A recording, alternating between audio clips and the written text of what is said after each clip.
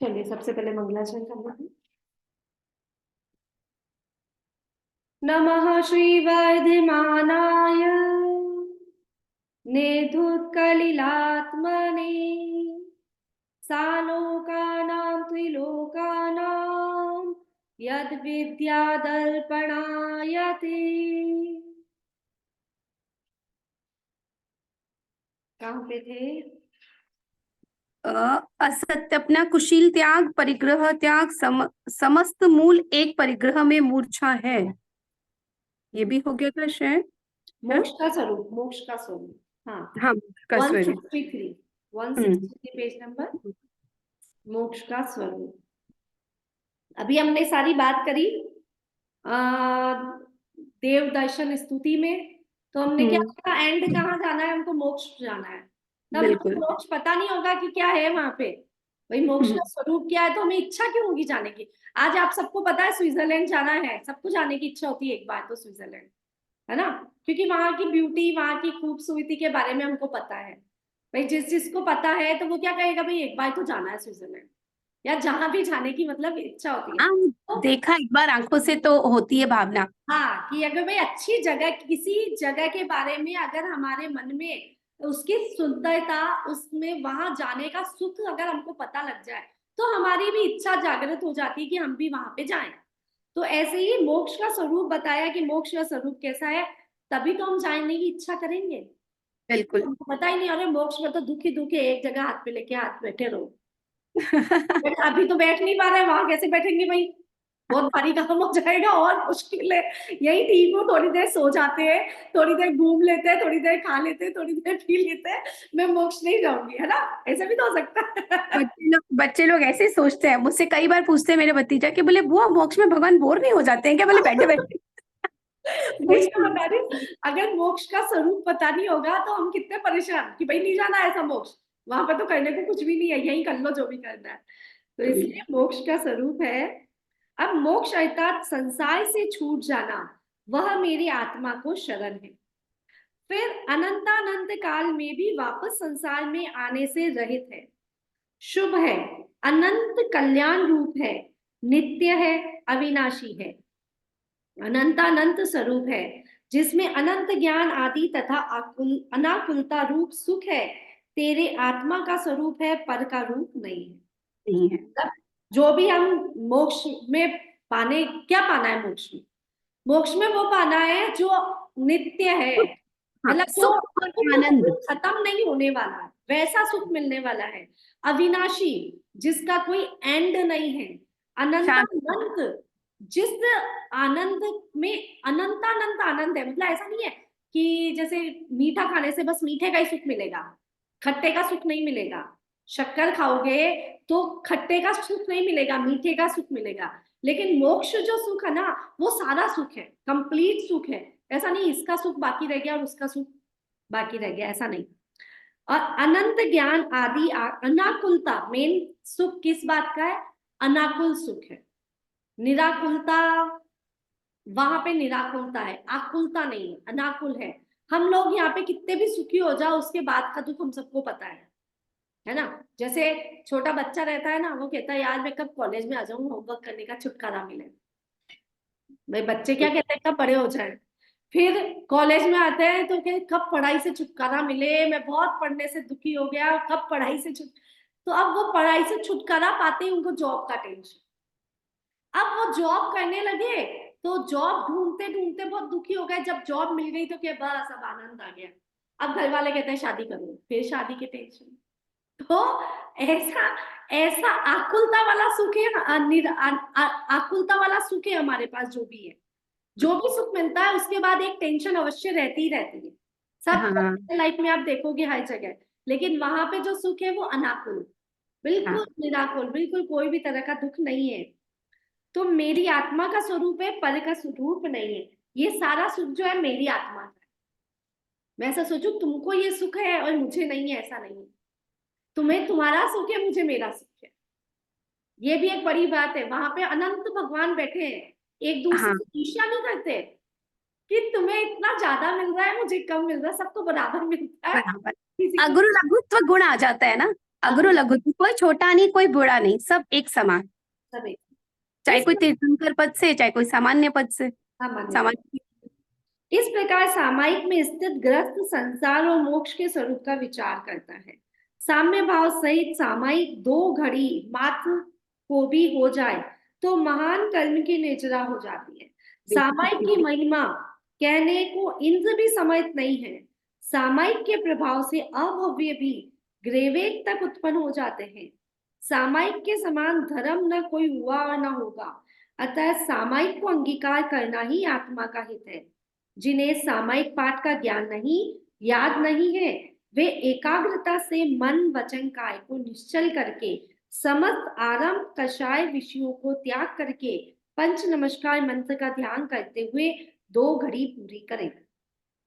कितना बड़ी बात बताइए। सामायिक की 2 घड़ी की बात है, 48 मिनट है ना। हाँ 48 मिनट अगर हम सामायिक लेके बैठते हैं तो महान कर्म की निर्जरा होती है। और 48 मिनट बिल्कुल ऐसे बैठ जाए कि शून्य हो जाए तो मोक्ष मिल जाता है। तो ये सब सामायिक से पॉसिबल है। सामायिक बिल्कुल। से समभाव आ जाता है, सामायिक से कर्म की निर्जरा हो जाती है, सामायिक से स्वर्ग गति। जब आप सामायिक कर रहे हो ना तो और उस समय आपका आयु बंद हो गया तो मान लो आप 90 वेग तक तो पैदा हो ही होने की क्षमता रखते हो। तो सामायिक से बड़ा कोई धर्म नहीं है। क्यों? क्योंकि आप कुछ भी धार्मिक कार्य कितना भी कर रहे हो, चाहे आप अभिषेक कर रहे हो, पूजन कर रहे हो, चाहे आप स्वाध्याय कर रहे हो, बैठ के किताब से बैठ रहे हो, तो उसमें आपके मन वचन काय की चंचलता होती ही होती है। होगी। अभी हम स्वाध्याय कर रहे हैं, मन भी चल रहा है, इधर उधर दिख भी रहे हैं, वचन भी चल रहे हैं, है ना। हाँ और काया तो काम कर ही रही है, हाथ पैर भी हिलते हैं ही वो तो। हाथ पैर हिलते हैं, तो उन सब से हमको पाप लगता है। पाप बंद होता है तो कर्म बंद रहे, तो कर्म की निर्जरा नहीं हो तो मोक्ष कैसे मिल पॉसिबल है। तो सामायिक ऐसी चीज है जो सब चीजों से सबसे आगे है। दूसरी बात, सामायिक अगर नहीं आती है तो हम कर्म की निर्जरा करने के लिए प्रतिक्रमण ही कर लेंगे, अंदर भावों को यही ले आएंगे, भाई मेरे से गलती हुई उसके लिए मुझे क्षमा करें। पूरे दिन भर में, पूरे जीवन में, मेरे पिछले जन्मों में हम कहाँ कहाँ पहुंच जाते हैं। सामायिक के द्वारा हम कहाँ कहाँ नहीं पहुंच सकते हैं। तो हम जो माफी हम अपनों से नहीं मांग सकते हैं वो सामायिक के जरिए मांग सकते हैं। आज आपसे कोई भी गलती हुई तो आप अपने पति से क्षमा नहीं मांग सकते हो, खुल के नहीं बोल सकते हो, लेकिन आप सामायिक में क्षमा मांग सकते हो, है ना। तो ये सामायिक के कारण ही पॉसिबल है, सामायिक से ही पॉसिबल है ये सब चीज। इसलिए सामायिक को सबसे बड़ा बताया है, मोक्ष प्रदाता है। सामायिक मतलब मोक्ष प्रदान करने। अब सामायिक के 5 अतिचार कहने वाले श्लोक कहते हैं। अब इतना करने के बाद भी सामायिक करते करते भी अतिचार लग जाते, तो सावधानी बरतनी है। मतलब ऐसा बोला कि सामायिक तो तुम करने बैठ जाओ कहे सुनने के हिसाब से, लेकिन उसमें भी दोष लगने की संभावना होती है, तो बच जाओ। वाक्कायमान सानाम दुप्रणिधानान्य नाद स्मरणे सामायिक स्याति गमा व्यज्यन्ते पंच भावे। ये 5 सामायिक के अतिचार हैं। सामायिक करते समय वचनों के द्वारा संसार संबंधी प्रवृत्ति करना वह वचन दुप्रणिधान नाम का अतिचार है। अब जैसे मैंने अभी बोला कि हम सामायिक करते समय अपने पति से माफी भी मांग सकते हैं, है ना, प्रतिक्रमण कर सकते हैं, लेकिन अब ये भी संसार बढ़ाने का कारण है, ठीक है ना। संसार संबंधी बातें कर रहे हैं हम तो वो भी अतिचार लग जाते हैं। मेन सामायिक में आत्मा का ध्यान ही आता है, चाहे अपन जिनेंद्र भगवान की स्तुति करते हैं ना, वो भी सामायिक में इतनी नहीं आती, मेन आत्म ध्यान आता है। मतलब जैसे कि अब अभी हमें अपने पति से माफी मांगनी, बात वही लेके आते हैं, क्योंकि अब हम सामायिक में अगर अपने गलतियों की क्षमा मांग रहे हैं तो वो तो अतिचार है। और आप ये सोच के वहां पे क्षमा मांग रहे हो कि मैं आत्मा दूसरे द्रव्य का क्या कर सकता हूँ, क्या नहीं कर सकता हूँ, मैंने उनका बुरा करने का सोचा नहीं, हो गया जो भी। इस तरह से अगर आप उनसे क्षमा मांगेंगे तो वो आपके ये मतलब उसके पीछे इंटेंशन आपकी संसार बंध मतलब हटाने की है, संसार से हाँ बंधन हटाने की, हाँ, कर्म बंधन हटाने की है आपकी। तो आपको कर्म नहीं बंधेंगे, ऐसा अतिचार नहीं लगेगा। लेकिन हम वहां हम्म, बैठे बैठे सोचते सोचते ये सोच रहे हैं, अरे उसने हाँ, मेरे साथ किया, मैं उसको माफ कर देते। आप कौन होते हो माफ करने वाला, या क्षमा मांगने वाले, या क्षमा करने वाला? कर्ता बुद्धि तो तो होनी है। हाँ, तो कर्ता बुद्धि से ना करके उस क्षमा याचना में ऐसा भाव हो कि मैं कौन हूं करने वाला, मैं कौन होता हूं करने वाला, आत्मा तो स्वतंत्र है। ऐसे भाव रख के जब किसी से क्षमा याचना करोगे तो वो चलेगा, वो वहां पे चलता है। शरीर की संयम रहित चलायमान पने की चेष्टा करना, वह काय दू प्रणिधान नाम का अतिचार है। अब आप स्वाध्याय पे तो बैठ गए, सामायिक करने बैठ गए, लेकिन शरीर की संयम रहित चलायपने की चेष्टा करना, मतलब जैसे मैं मेरा बता रही हूँ, जैसे हम आलती पालती बैठते हैं ना, तो 5-7 मिनट में हम इधर का उधर पैर करना पड़ता है, ठीक है ना। तो हम ज्यादा देर स्थिर नहीं बैठ पाते हैं। अगर हम चेयर पे बैठे हैं तो आप पैरों को बार बार आपको कुछ ना कुछ करना पड़ेगा, नहीं तो आप 48 मिनट तक ऐसे कैसे नहीं। तो जहां पे संयम नहीं होगा वहां पे ही ऐसा होगा। एक मिनट। हाँ,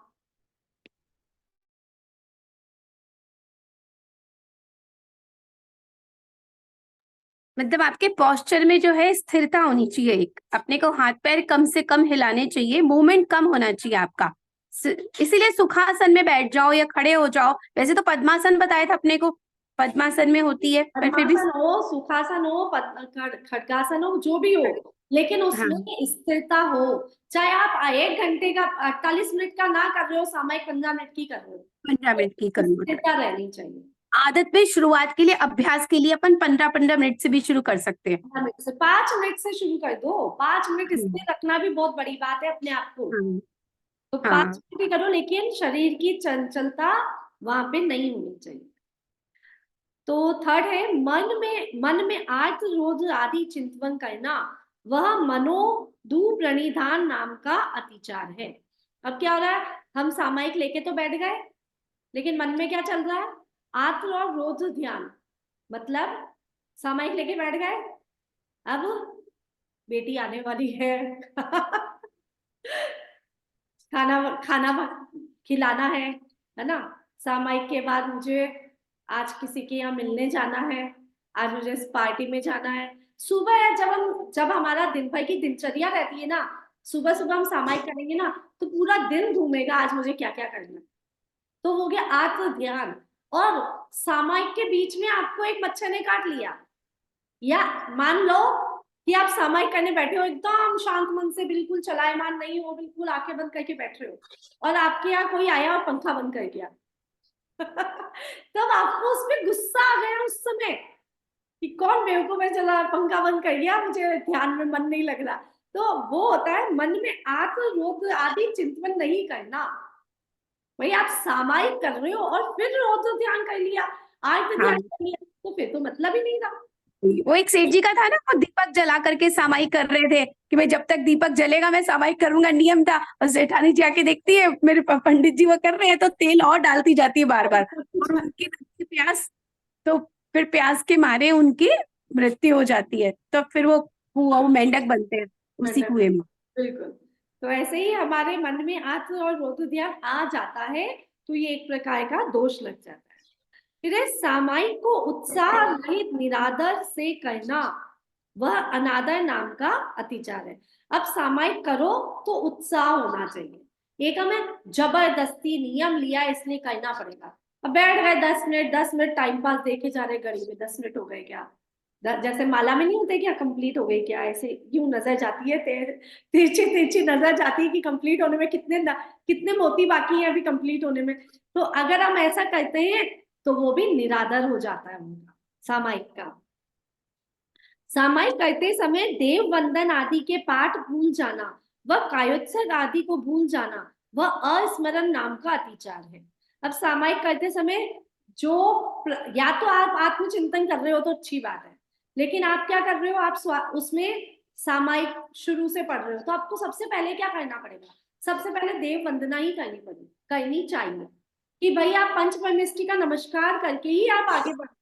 आप सामायिक में स्थिरता लेके भी आ रहे हो तो सबसे पहले अपने बड़ों को वंदना तो करोगे, बड़ों की जिन्होंने अपनी आत्म साधना को प्राप्त कर लिया उनकी वंदना करोगे, और एंड में वापस कायोत्सव करोगे। क्या कायोत्सव करोगे? कि पूरे सामायिक के अंदर आधे घंटे पौन घंटे या जो भी मैंने 15 मिनट की सामायिक की उसके अंदर मुझसे जो भी अत्याचार अनाचार हुआ उसके लिए मैं क्षमा याचना करती हूँ। एंड में ये नहीं करा तो अस्मरण नाम का अत्याचार लग जाए। ये स्टार्टिंग और एंडिंग मतलब ये जरूरी चीजें हैं, इनके हाँ, बिना आपकी पंच सामायिक परमेष्टि को ध्यान से ही शुरू, कोई भी वैसे भी काम अपन करते हैं पंच परमेष्टि के काम में लौकिक कार्य करते हैं तो ही बहुत जरूरी है, बहुत तो जरूरी ये है। तो तो वैसे ही इस जरूरी है। प्रकार अतिचार सहित सामायिक का वर्णन किया। अब प्रोशोत्पवास शिक्षा व्रत का स्वरूप कहने वाला श्लोक कहते हैं। अभी हम शिक्षा व्रत पे चल रहे हैं, ठीक है ना, शुरू से। तो हमने शिक्षा व्रत में देशावकाशिक और सामायिक दो शिक्षा व्रत की बात देखी, ठीक है। अब तीसरा है प्रोशोधोवास शिक्षा व्रत। पर्वण्यष्टम्यां च ग्रातव्यः प्रोषदोपवासस्तु चतुरभ्यवहार्याणां प्रत्याखानं सदेच्छाभिः। प्रोषदोपा उपवास से समझ ही गए होंगे कि बात उपवास की आ रही। अब हम उपवास कैसे करते हैं और कैसे करना चाहिए। पर्व जो अष्टमी और चतुर्दशी को दिन और रात्रि में 4 प्रकार के भोजन का सम्यक इच्छा पूर्वक त्याग करना, उसे प्रोषदोपवास जानना चाहिए, ठीक है ना। क्या बोला? पर्व जो अष्टमी चतुर्दशी के दिन और रात्रि में 4 प्रकार के भोजन का सम्यक इच्छा पूर्वक त्याग करना प्रोषदोपवास कहलाता है। पूरा मतलब दिन और रात्रि में। तो अब आप क्या करोगे? आपका उपवास शुरू हो जाता है एक रात्रि पहले, है ना। मतलब आपको एक रात्रि पहले ही कुछ नहीं खाना पीना होता है। हाँ, तो वहां से ही शुरू हो जाता है। एक माह में 2 अष्टमी और 2 चतुर्दशी, ये 4 अनादि से ही पर्व कहलाते हैं। इन पर्वों में गृहस्थ व्रत संयम रहित सहित ही रहता है। जो धर्मात्मा संयमी है वे तो सदाकाल सभी दिनों में व्रतों सहित ही रहते हैं। धर्म में अनुराग रखने वाला गृहस्थ एक माह में 4 दिन तो सभी पाप के आरंभ इंद्रियों के विषयों को त्याग करके, कषायों को नष्ट करके, व्रतशील संयम सहित उपवास धारण करके, 4 प्रकार के आहार का त्याग करके संयम सहित रहता है, उसे प्रोषदोपवास व्रत जानना। मतलब यहाँ बोला है कि प्रोषदोपवास व्रत तो यही होता है, चारों अष्टमी चौदस को आपको उपवास करना है, 4 प्रकार का आहार का त्याग करना है। अब विशेष वर्णन यह है कि करना क्या है। सप्तमी के दिन तथा त्रयोदशी के दिन दोपहर में प्रथम तो एक बार भोजन पानादि करके, समस्त आरंभ व्यापार सेवा लेन देन का त्याग करके, देह आदि में ममत्व त्याग करके, एकांत घर में, जिन मंदिर में एकांत स्थान में चैताल्य सूने घर मठ आदि प्रोषदोपवास करने के स्थान में जाकर समस्त विषयों का कषायों का त्याग करके, मन वचन काय की प्रवृत्तियों को रोककर धर्म ध्यान करके वह स्वाध्याय करके सप्तमी और त्रयोदशी के शेष आधे दिन को व्यतीत करें। मतलब यहाँ पे बात कहाँ आ रही है? एक दिन पहले से ही शुरू हो जाता है। प्रोषदोपवास नाम जो वास आता है वो एक दिन पहले से शुरू हो जाता है। मतलब अष्टमी का तो उपवास होगा पूरा, और सप्तमी के दिन आधे दिन से उपवास हो जाएगा। हाँ, प्रोषोत्पवास इसी तरह से होते हैं, प्रतिमाधारी लेते हैं ना, इसमें आती है ना कौन सी प्रतिमा। हाँ, हाँ तो अब उनका तो क्या होता है, वैसे भी प्रतिमाधारी जो लेते हैं वो एक ही, अधिकतर एक ही समय एक ही समय भोजन करते हैं, तो उनका हाँ अब दिन का उपवास हो गया और एक समय का व्रत है ही सही, तो हाँ उनको हाँ, जैसे अपन लोग वैसे उपवास करते हैं तो अपन एक दिन का करते हैं, कई लोग एक दिन पहले, जैसे भक्तामर की भी करते हैं तो एक दिन पहले से एक आसन करके फिर करते हैं, कई लोग इस तरीके से भी। क्यों होता है ऐसा? वही प्रोषोदोपवास ही है ना, मतलब इसमें एक दिन पहले से अपन संयम में आ जाते हैं। हाँ, क्योंकि जो चीज हमारे पास रहेगी 24 आवर्स वही हमारे दिमाग में घूमती रहती है। तो हम्म। अगर हम खाना खाएंगे तो 24 घंटे खाना ही घूमता रहेगा, तो आपको 6 घंटे पहले ही खाने से दूर कर दिया और 6 घंटे पहले ही आपको धर्म में लगा दिया। मतलब स्वाध्याय में ये बोला ना, एकांत हाँ में बैठ जाओ, अपनी आत्मा का ध्यान करो। तो आप पहले से ही इसके लिए प्रिपेयर हो गए तो आप 24 घंटे आप उसी में रहोगे, है ना। और नहीं तो खाओगे आप रात को 8 बजे तक 9 बजे तक खा रहे हो और अगले दिन उपवास कर रहे हो, तो वो पूरी अशुद्धि आपके अंदर रहेगी रहेगी। तो वैसे गलत है, अगर उपवास करना है तो रात्रि भोजन तो होना ही नहीं चाहिए वैसे भी। पश्चात संध्या काल संबंधी देव वंदन आदि करके रात्रि को धर्म कथा व जिनेन्द्र भक्ति स्तवन आदि करके रात्रि व्यतीत करें। वह धर्म ध्यान करता हुआ शुद्ध समाधि पूर्वक थोड़ी देर को प्रमाद दूर करके रात्रि व्यतीत करें। अष्टमी चतुर्दशी के प्रातः काल में सामायिक वंदना आदि करके तथा प्रासूक द्रव्यों से पूजन करके, शास्त्रों का अभ्यास करके, भावनाओं का चिंतन करके, धर्म ध्यान सहित अष्टमी चतुर्दशी का दिन और पूरी रात्रि को व्यतीत करके नवमी व पूर्णिमा के प्रभात संबंधी कर्म क्रिया करके, वंदना पूजन आदि करके उत्तम मध्यम जगन्य पात्र में से किसी भी पात्र का लाभ हो तो उसे भोजन कराकर स्वयं पालना करें। इस प्रकार 16 प्रकार का समय जो 16 प्रहर का समय जो धर्म सहित व्यतीत करता है उसके उत्कृष्ट प्रोदोपवास कहलाता है, होता है। 16 आ गया 16 16 या ना, 3 घंटे का एक प्रहर होता है। हाँ, 24 घंटे में कितने प्रहर हुए? 8 8 8 प्रहर तो ये हो गए। और 6 मतलब आपके एक दिन पहले का आधा दिन, तो आधा दिन का मतलब हो गया 6 घंटे। 6 घंटे नहीं, हाँ नहीं 4 घंटे, 6 नहीं 12 घंटे, 12 घंटे हो 12 गए। 12 घंटे। बात भी तो हुई, 12 घंटे हो गए। अगले 12 और हफ्ते 12 हाँ 12 मतलब 4 प्रहर और फिर पूरे 12। वाले दिन के 4 प्रहर। इस प्रकार से 16 प्रहर का मतलब 2 दिन का उपवास हो गया, ऐसे अगर हम देखेंगे तो हाँ करके ही होता है, तो उसको उत्कृष्ट कहते हैं। फिर बाद में तो गलियां निकल जाएगी 16 पूरा 48 हो गया, यानी कि वही आपका पूरा 48 वैसे घंटे का उपवास हो गया, 48 घंटे यानी 2 दिन। स्वामी कार्तिकेय ने भी कहा है, अष्टमी चतुर्दशी के दिन स्नान विलेपन आभूषण स्त्री संसर्ग पुष्प इत्र फुलेल धूप आदि का त्याग कर कर जो ज्ञानी वीतरागता रूप आभरण से भूषित होकर दोनों पर्वों में सदा काल उपवास करता है या एक बार भोजन करता है या निरस आहार करता है उसके प्रोष्ठोपवास होता है। अमित गति श्रावकाचार्य में कहा है कि पर्व के दिन में उपवास अनुपवास एक भुक्ति ऐसा 3 प्रकार का है। मतलब उन्होंने बताया कि पर्व के दिन में क्या क्या कर सकते हैं, उपवास अनुपवास या एक भुक्ति। उसमें 4 प्रकार के आहार के त्याग को उपवास कहा है, एक बार जल मात्र ग्रहण करना अनुपवास कहा है और एक बार अन्न जल ग्रहण करना एक भुक्ति ऐसी संज्ञा दी है, जिसको हम व्रत कहते हैं, है ना। तो वो व्रत हम तो क्या कहते हैं, सुबह दूध चाय ले लिया पानी ले लिया, शाम को कुछ ले लिया दूध चाय पानी ले लिया और दिन में अन्न ले लिया। तो कभी भी ऐसा व्रत करो तो उसका नाम व्रत नहीं बोलो, उसको बोलो आज मेरे एक समय भोजन का त्याग। हाँ, एक समय अन्न, जैसे अन्न एक समय ग्रहण कर रहा हूँ। अन्न एक समय अन्न जल ग्रहण करने का नियम है और एक समय के भोजन का त्याग है, तो आपका वो व्रत नहीं कहलाएगा, वो एक समय का जितना करो उतना बढ़िया वो वाली, हाँ वो व्रत में नहीं आएगा, क्योंकि व्रत में तो एक ही समय पे बैठ के एक साथ एक ही जगह पे खाना। यहाँ ऐसा तात्पर्य जाना चाहिए जानना। अच्छा, हम जो एक बार जल लेते हैं ना, हम जो 10 उपवास करते हैं हाँ उसको अनुपवास कहते हैं। वो हाँ, मतलब अगर आपने उपवास में जल ग्रहण कर लिया तो वो उपवास नहीं कहलाएगा, वो अनुपवास होगा, क्योंकि चारों तरह के आहार का त्याग नहीं हुआ ना, जल भी आहार में ही आ जाता है। यहाँ ऐसा तात्पर्य जानना कि अपनी शक्ति को नहीं छिपाकर धर्म में लीन होकर यथाशक्ति उपवास करना। आगे चौथी प्रोषद प्रतिमा कहेंगे, उसमें 16 प्रहर का नियम जानना और दूसरी व्रत प्रतिमा में यथाशक्ति व्रत तप संयम धारण करके पर्व के दिनों में धर्म ध्यान सहित रहना।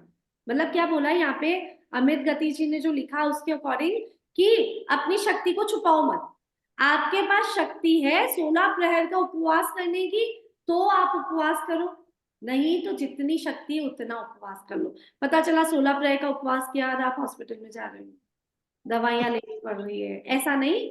तो जितनी शक्ति है उतना, शक्ति को छुपा के नहीं, छिपाकर धर्म में लीन होकर यथाशक्ति उपवास करना चाहिए, क्योंकि हम उपवास तो कर लेंगे और उसके बाद हमारा धर्म ध्यान में मन नहीं लगेगा, भूख लग रही है ना।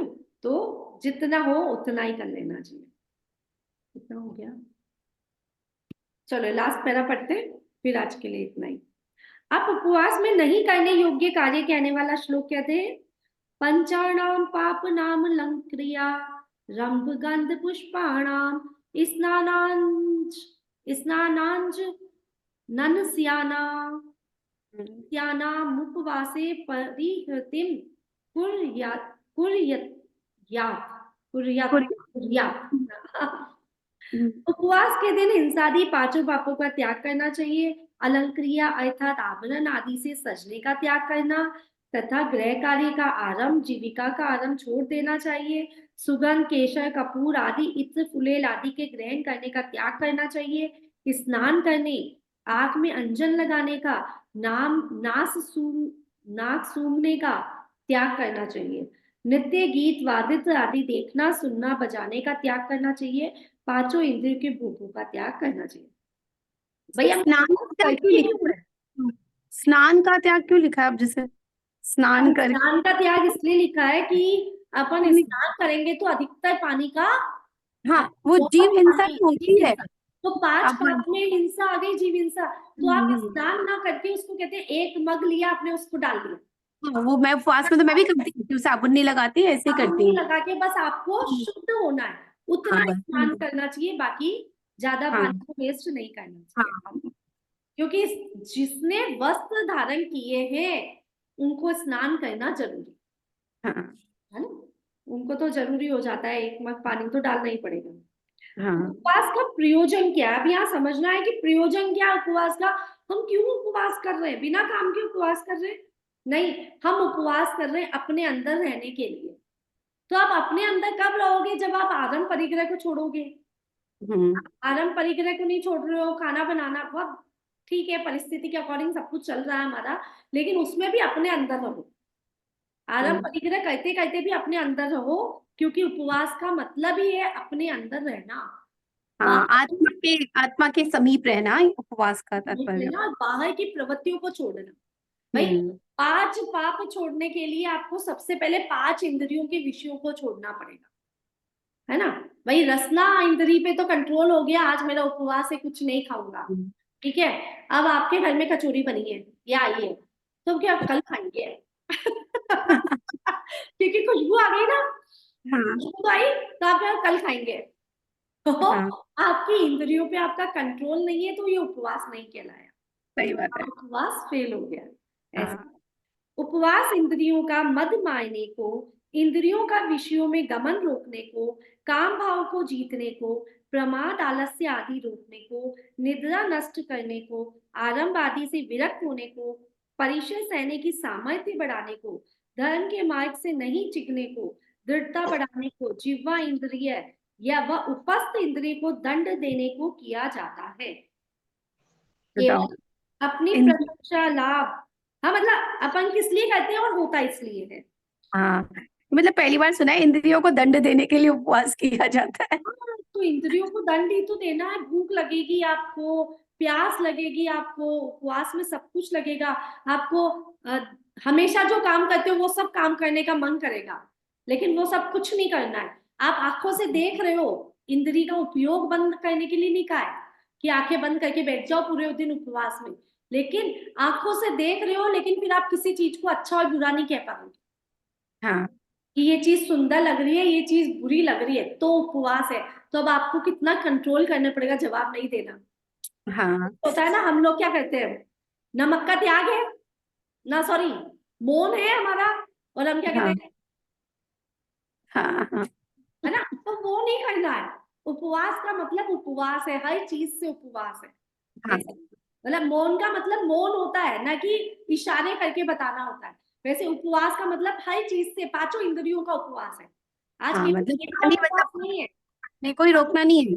और हम भी हम सब केवल पेट का उपवास करते हैं, मतलब हमारी स्वाद रसना इंद्रिय का उपवास करते हैं। हम सब कानों से सब कुछ सुनते हैं, आंखों से सब कुछ सुनते हैं और रिएक्शन भी करते हैं। तो जहां रिएक्शन हो गया वहां पे उपवास फेल हो गया। केवल अपनी प्रशंसा, लाभ, परलोक में राज्य संपदा आदि प्राप्त होने के लिए उपवास नहीं किया जाता है। अपना विषयानुराग घटाने के लिए, शक्ति बढ़ाने के लिए उपवास किया जाता है। अब क्या करा, हमारी विषया मतलब क्या होता है कि हमें ताकत आती है। आप एक उपवास करोगे ना तो आपको अच्छा फील नहीं होगा, बिल्कुल अच्छा फील नहीं होगा।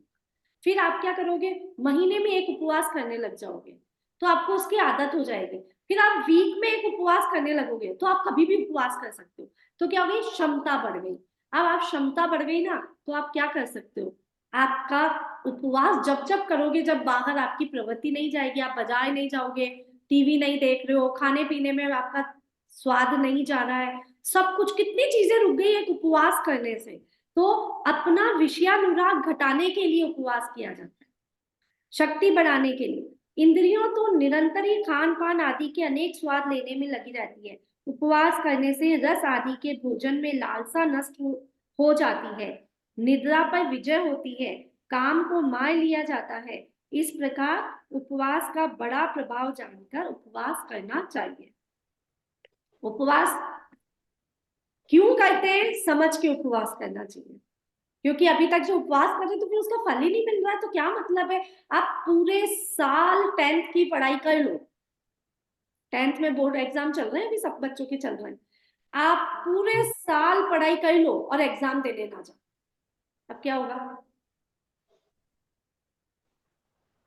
बेकार गया ना, व्यर्थ गया ना। तो हमने पूरा दिन भूखे रह गए लेकिन स्वाध्याय नहीं किया। वेस्ट, बिल्कुल वेस्ट है। जैसे 10th क्लास का 12th क्लास का बच्चा पूरे साल बोर्ड की तैयारी कर रहा है और बोर्ड का एग्जाम देने ना जा पाए तो उसको कितना दुख होता है ना। अब हमको दुख इसलिए नहीं होता क्योंकि हमको इसका वैल्यू पता नहीं। जब बच्चे को वैल्यू पता है, अगर मैं 10th क्लास में पास नहीं हुआ तो 11th में नहीं जाऊंगा, उसको वैल्यू पता है। हमको वैल्यू पता ही नहीं है कि मैं स्वाध्याय नहीं करूंगा तो मेरा एक दिन, जीवन का एक दिन वेस्ट हो गया। ये वैल्यू हमको पता ही नहीं है, टाइम की वैल्यू पता नहीं है हमको, उनको पता है, बच्चों को पता है टाइम की वैल्यू। तो वहां पे उपवास हमारा सार्थक हो जाएगा जब हम इस तरह से सोचेंगे, यार उपवास भी करा, भूखे भी रहे, कुछ करा तो ही नहीं, वेस्टेज ऑफ टाइम, यूं ही उपवास करा। तो करना भी है और उसका उपयोग भी करना है, उपयोग भी लगाना। चलो अब बना, कल मिलते हैं, ठीक है। मैम कल बात करते हैं जिनेश जी। जय जिनेंद्र। जय जय जिनेश।